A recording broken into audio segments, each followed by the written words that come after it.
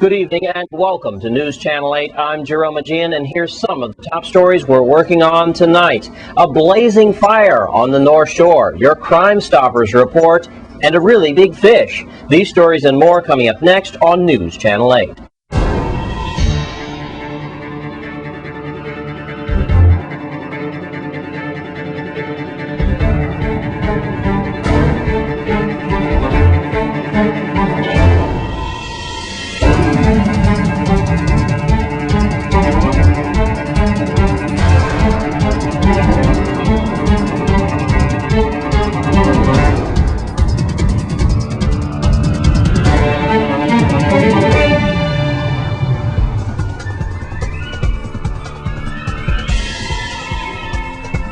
In top story tonight, a raging fire on the north side of St. Croix went almost unnoticed, devouring acres of land. News Channel 8's Wes Small files this exclusive report.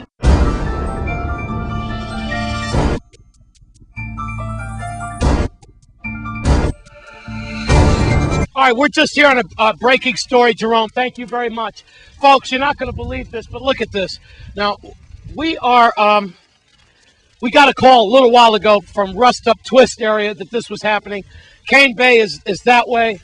Of course, this is the Gentle Winds is this way. Salt River is this way. There's no fire trucks or any emergency apparatus here. The cameraman and I just happened to find this area. And I've got to tell you, this is the dry season. This could happen just about anywhere in the island, especially out east. But now we're in the area of Cane Bay in the North Shore, and just look at this. Now you can see the home up there that is in definite danger.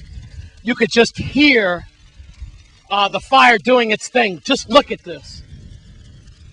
We don't know how this started. Look how this dry grass is just being eaten up. This is an exclusive report. The cameraman and I are the only people up here on this plateau. I mean, just look at this. It's just eating it just right up. Frequently carry the fire west, so you're safe. Do you live in this area? I live down here, just down the road. Where's your home?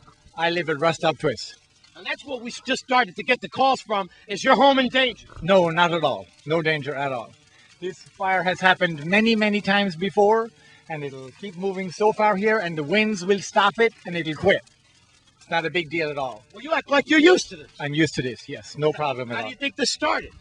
I would say from looking at somebody started it at the side of the road.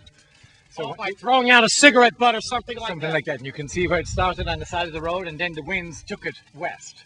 To the donkey guy, this is just business as usual, and his name is Eeyore. He just says, this happens all the time. Somebody just threw a cigarette butt out and stuff burns up. Well, he's got a great disposition of life. I'm not taking it that lightly, and I'm getting the hell out of here right now. And in other stories tonight, we take a look at the Crime Blotter report. Here's News Channel 8's Wes Small. Thanks a lot, Jerome. Wow, it's been a very busy week, of course, with the death of Judge Francis DeRamo, so I need to get caught up on the Crime Blotter report. Let's get right to it.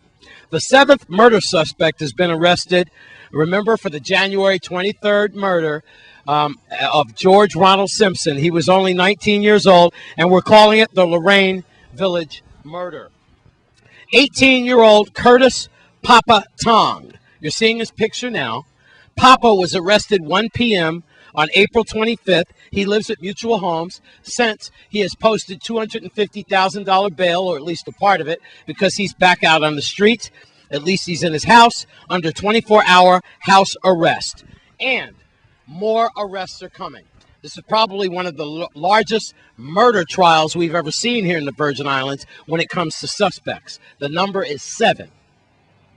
Let's go to a state whim, where a lady was outside of her home when an unknown male with his face covered held her at gunpoint. He demanded money, and when the woman didn't have any money, he carjacked her. He is 5'7". He had a red T-shirt on, jeans, and a low haircut. Sometime later, police authorities located the abandoned vehicle in Concordia, and it was her car, so the woman got her car back. Let's move to St. Thomas. A taxi bus driver was arrested on April 24th around 9:30. He's a 49-year-old man, and he was parked in his vehicle on the side of the road talking on his cell phone. Then two armed men, ski masks, approached him. One held a gun on him, the other held a knife on him. They took a cell phone, jewelry, wallet, and they fled on foot. If you know anything about this case, you should call 715-5522 or 1-800-222-TIPS. Of course, that's Crime Stoppers. Also, 7:30 p.m. on April 27th, in the area of Nadir Hill, in Rock City, St. Thomas, a male victim was shot once in his chest. A green Toyota, a 4Runner that had been damaged by gunshots, also in the case. If you know anything about that, you should call 715-5522 or 1-800-222-TIPS. Well, that's all we have right now from the Crime Blotter. I'm Wes Small for News Channel 8. Thanks, Wes. And it's Wednesday, time for your Crime Stoppers report.